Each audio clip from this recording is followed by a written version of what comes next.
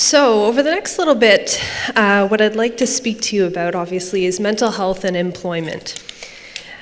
You know, it's interesting, the intersection between mental health and employment and how it really resonates with all of us. Just in the cab ride over here this morning, the cab driver who had pulled up to take me from my hotel here was saying, he said, what are you here to do? And so I said, I'm going to give a talk on mental health and employment. He said, there's been so many deaths by suicide among taxi drivers in the last number of years, given the changes in regulations and the increase with Uber driving, et cetera. And he said, employment can create a lot of stress. By not having employment can create a lot of stress. And it was just interesting in how quickly he responded and had something to say about the intersection of mental health and employment. So it's an important area and one that I'm happy to be working in. So today I'd like to talk to you about addressing mental health at work. We'll have a look at the employment cycle, some promising practices, as well as take a closer look at some case studies at the work that we've done at the Commission. So the Mental Health Commission of Canada is a not-for-profit organization. We're funded by Health Canada. And our original 10-year mandate that we conducted looked at developing Canada's first ever mental health strategy. It addressed stigma and discrimination, and we built knowledge exchange across Canada. As well, through that mandate, it was expanded to include the Housing and Homelessness Project, the At Home Chez Soi project. Our current funding has been renewed for an additional 2 years, and the work that we're doing now focuses on suicide prevention, addictions and mental health, population-based mental health, and engagement with Canadians, provinces, territories, and federal partners. Yeah, it's very individualized what impacts our mental health, but there are so many variables. And we know that employment is one of those big variables. In fact, 50% of your health is determined by factors such as your income, your disability status, and your employment and working conditions. We know that the economic and social conditions in which people live in are now being recognized as important factors and determinants in individual health, with income emerging as the most critical factor. The rate of people leaving long-term disability income programs in Canada is less than 1%. Yet we know that most people want to work. Most people see work as an essential part of their recovery. Most people feel really good about being productive, and it's a basic human need. It's a typical adult role in most societies. It can be a way out of poverty, and working may prevent entry into the disability system in the first place. So over the course of our time together this afternoon, we're going to look at some of the ways, some of the barriers to employment. So mental health is fluid. It's on a continuum, and it can vary over the course of even one day. It can move from good to poor along a gradient. Mental health is the capacity of each of all of us to think, feel, and act in ways that enhance our ability to enjoy life and deal with the challenges we face. It is a positive sense of emotional and spiritual well-being that respects the importance of culture, equity, social justice, interconnections, and personal dignity. It differs, though, from a mental disorder, and mental disorder causes major changes in person's thinking, emotional state, and behavior, and disrupts the person's ability to work and carry out their usual personal relationships. So there's a difference between the two. However, the presence of mental illness does not mean a lack of mental health. So as you can see from this gradient, a person can have optimal well-being. However, they could still have the presence of a mental illness and be actively feeling symptoms related to that illness. Whereas in the bottom half of the gradient, a person languishing with minimal well-being while living with a mental illness. So, for example, if you have a diagnosed mental illness, but you're doing things to also support your mental health. We talked about a couple of those things that impact our mental health already. You heard examples. So, but if I'm exercising and I'm getting enough sleep and I'm, nourishing my body with really great food, I can move along the continuum to improve my mental well-being, even though I'm still diagnosed with a mental illness. So I just wanted to give you a picture that the two can operate together and can be impacted along sort of a gradient line and can change. Oh, didn't change. So to place the 1 in 5 people living in Canada with a mental illness today in the context of how many people are living with other major illnesses in a given year, there's about 1 in 25 people in Canada living with heart disease and 1 in 15 people with type 2 diabetes. So the number is quite high. 1 in 5. We all know either we're experiencing mental health issues ourselves, or we know a family member or a colleague. We're all touched by it. Mental health problems and illnesses are the number 1 cause of disability in Canada and account for nearly 30% of disability claims and 70% of the total costs. 10% and 25% of mental disability costs currently borne by employers, they could be avoided. We're going to talk about some strategies of how we can avoid some of those costs. We also know that the longer a person is away from work due to illness, the less chance there is of successful return to the workplace. So if somebody's been off work for 6 months, they have about a 50% likelihood of returning to work. However, that decreases to 10% if they've been away from the workplace for 9 months or longer.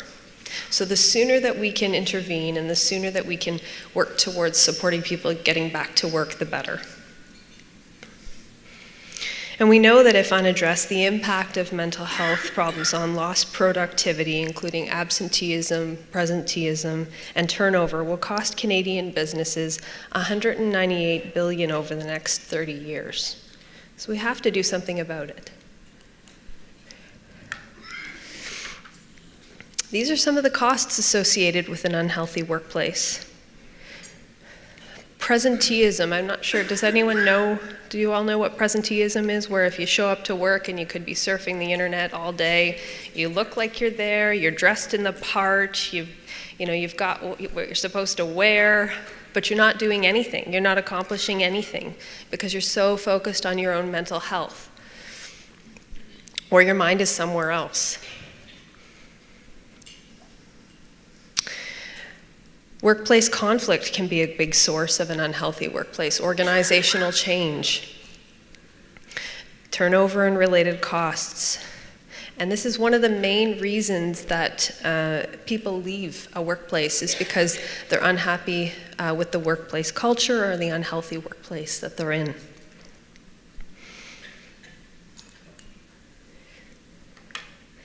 So there's an employment gap. Up to 90% of Canadians living with a severe mental illness are unemployed. We know that unemployment is associated with a 2-fold to 3-fold relative risk of death by suicide compared with being employed.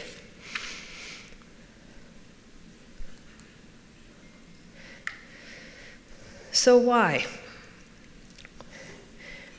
Why is mental health in the workplace such a major issue? Well, that we're dealing with still, and even though people want to work and want to be employed. There's stigma.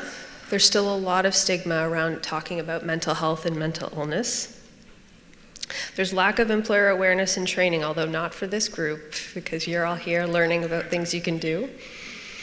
The episodic nature of the illness. We know that we can be really, really well for a long period of time.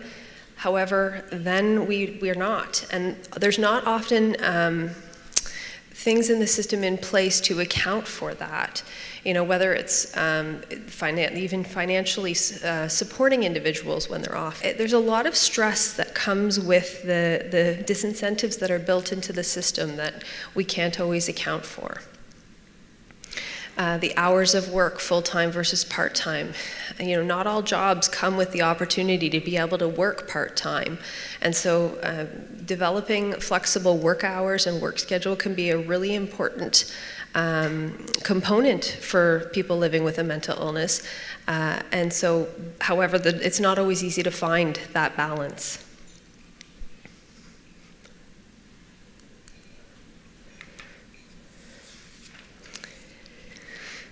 So, we have an untapped talent pool, though, waiting for us. And we know that we need to tap into them. The Canadian Chamber of Commerce has identified skills shortages as one of the top 10 barriers to competitiveness in Canada, costing the Canadian economy billions in lost GDP. One source estimates that we're going to be about 2 million workers short by 2031. And roughly 60% of Canadian CEOs report the labor shortage is already affecting business growth. So we're going to have to get creative about thinking about where we go to meet these shortages in finding the workers that we need. The good news is that aspiring workers, the group that I'm here to talk about today, they have the skills that we need. They're qualified. According to Statistics Canada, over 50% of Canadians with disabilities aged 25 to 62 have a post-secondary education. They're on time.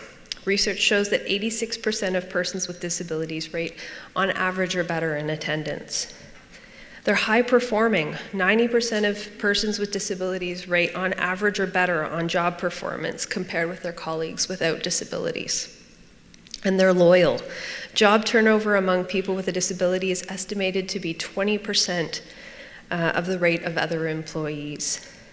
And Statistics Canada research indicates that in organizations with accessible employment practices, employee retention was 72% higher among people with disabilities. Want to reduce the stigma for them, change attitudes and processes towards hiring and retaining those living with a mental illness. We know that employment, plays an important role in the recovery from mental illness. The concept of recovery refers to living a satisfying, hopeful, and contributing life, even if there may be ongoing limitations from mental health problems and illnesses. It refers to a process or journey of healing in which, to the greatest extent possible, people are empowered to make informed choices about the services, treatments, and supports that best meet their needs. And as I say, at the heart of recovery is the idea that people have goals and the opportunities to move forward and the hope to meet those goals. And employment has always been, when I worked in frontline mental health with the Canadian Mental Health Association, when a person was further along in their recovery, employment was one of those goals that was always set continuously as a plan for moving forward.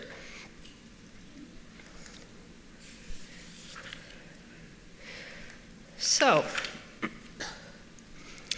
one of the things that we look at is when we think about employment for people living with mental illness is that we have to think of the big picture. Anywhere from what we're doing around recruitment all the way through to prevention and promotion. And I think it's important that we take a holistic perspective when we think about these elements. So when we talk about recruitment, what can we do to embrace this talent pool? How can we, I think that some of the more conventional channels of looking for to fill vacant positions are not always going to land on the candidates from the aspiring workforce. Embracing diversity, looking for different ways to try and target your talent pool. I think we need to be flexible about the onboarding process. There's a number of organizations out there, like I was mentioning around supported employment, that can really make a difference in helping you to get the person you need to get the job done. But it's important to have that conversation right from the get-go with employees. What can we do to support you at work? How can we support you to be the best worker that you can be and be successful in your job? And I think having those conversations up front and early can prevent or circumvent any issues that may come on down the line.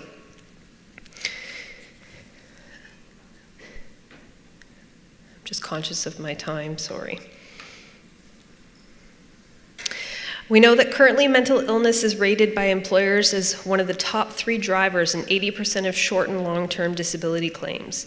But when employers offer an integrated disability management program, the duration of health leaves and absence are cut in half, and in turn, employees are likely to remain employed and find success in a supportive environment.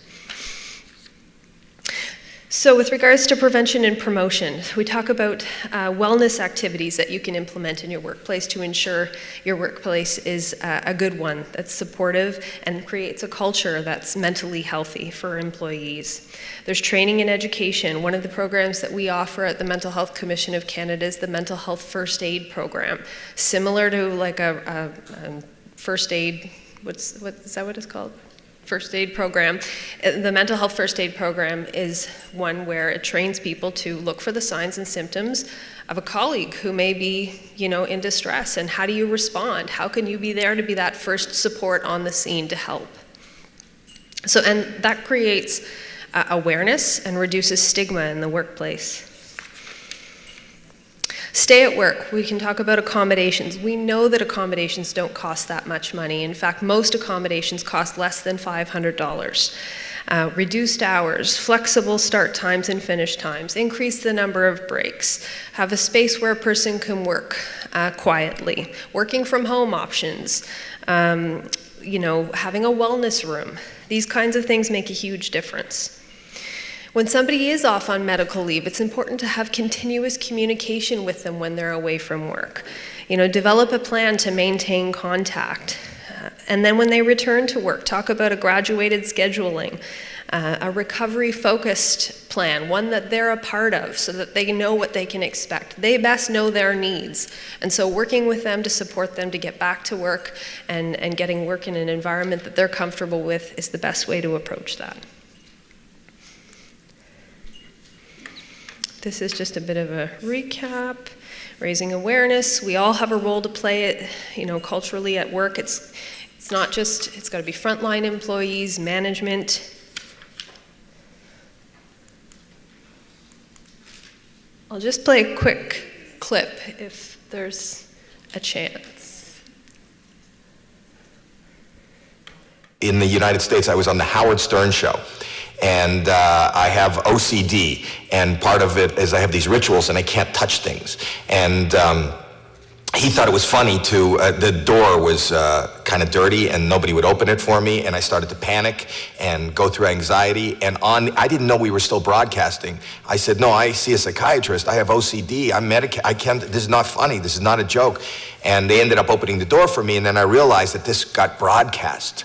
And I went down onto the street. It was in Manhattan in New York, and I walked out into the street, and I thought, how can I deal with this, and how can I even look at anybody? And right when I walked into, I was facing the traffic, somebody came up to me and said, "Are you Howie Mandel?" And I wouldn't even make eye contact. I was so embarrassed, and I went, "Yeah," and they said, "I just heard you on Howard Stern." And I went, oh my God, what do I do now? Do I just run into traffic and just end it here?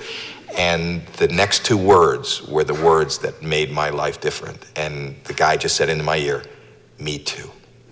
If we take care of our mental health like our dental health, we'll be okay. We all talk about our dental health. Talk about my mental health? No.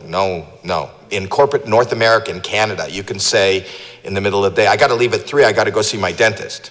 But you look at the looks in the office when you say, you know what, I got to go to a psychiatrist. You'll get looks. And that's what's wrong. And that's why we got to talk about it. There's no stigma.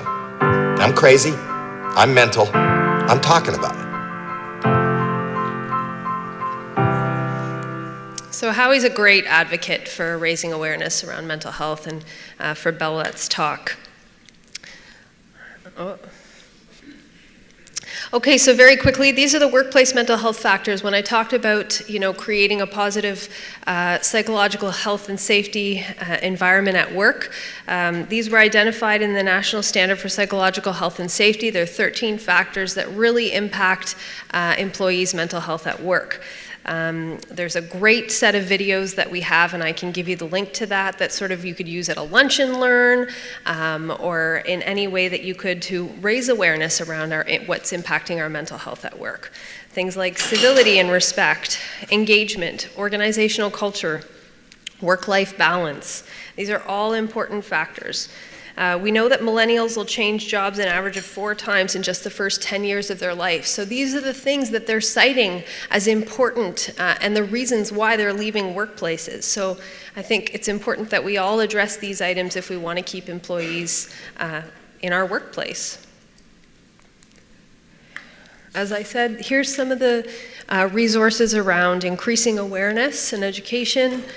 These are the factor videos that are available on our website. I talked about the National Standard for Psychological Health and Safety. As I said, this is a resource that's freely available on our website, and it talks about how do we implement the standard into our workplace. And so there's a number of pieces that come with that to support organizations in doing this. The Assembling the Pieces Guide, and there was a case study research project that was done, and it followed 40 plus organizations across Canada of various shapes and sizes to implement the standard in their workplace.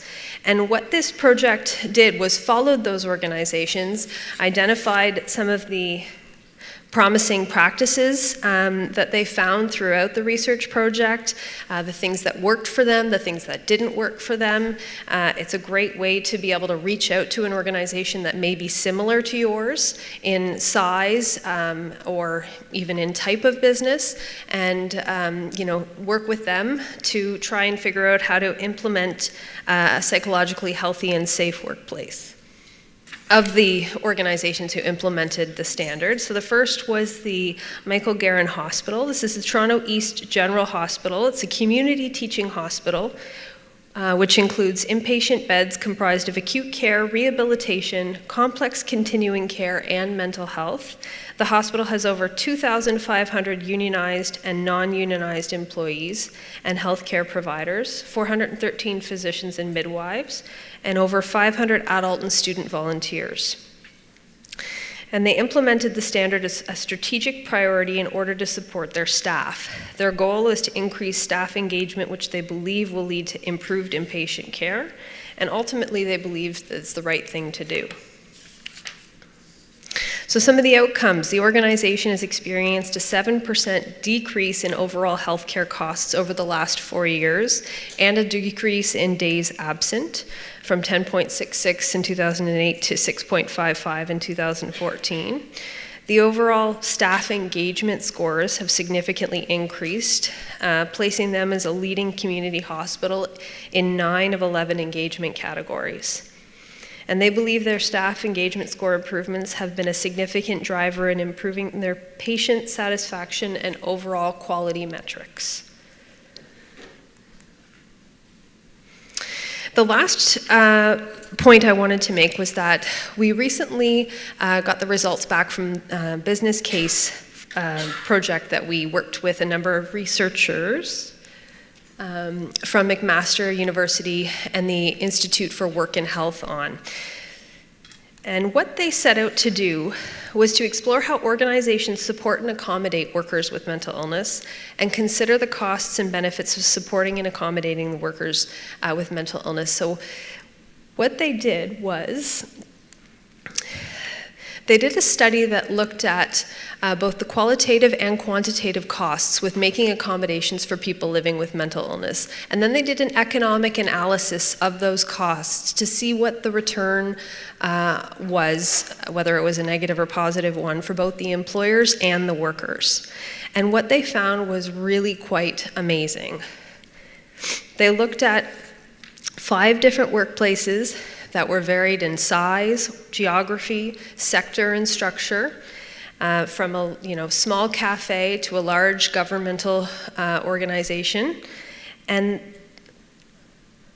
They interviewed people in the workplace. They interviewed the individual who had been diagnosed with a mental illness or who self-identified as living with a mental illness. They interviewed colleagues, they interviewed management, and then they looked at a number of factors. So when they considered the economic analysis, these were some of the costs that they were considered as they looked at the 5 different organizations, the 5 individuals working across the organization. So how much did it take to plan for the person's time? What was the time that it took to meet with the person, to make those accommodations? They looked at things like productivity at work, the individual's intent to stay, and then there were a number of intangible benefits that couldn't be included in the economic analysis, but were of equal value. Things like job satisfaction, quality of life, work relationships. But what they found was that for the small cafe, for example, the worker benefits projected over a 5-year period, so both the cost-benefit analysis for both the worker and the organization were projected over a 5-year period. And as you can see, there was as little as 1.9 times the benefit, and as great as over 12 times the benefit for the worker. And some of these accommodations that are listed here were were quite small. The manager writes down tasks, runs through the task the day before, sends text message reminders, gives regular check-ins. They found that most people relied on universal supports that were available and that there weren't really very many additional accommodations that were made. So most people would rely on sick days or flexible work from home options to get the accommodations that they needed. And the positions varied, anywhere from a person in a management position to a solutions analyst or an inspector. We're very proud of the results and the work that the researchers did on this project. So I just wanted to say thank you very much for having me today. Thank you very much.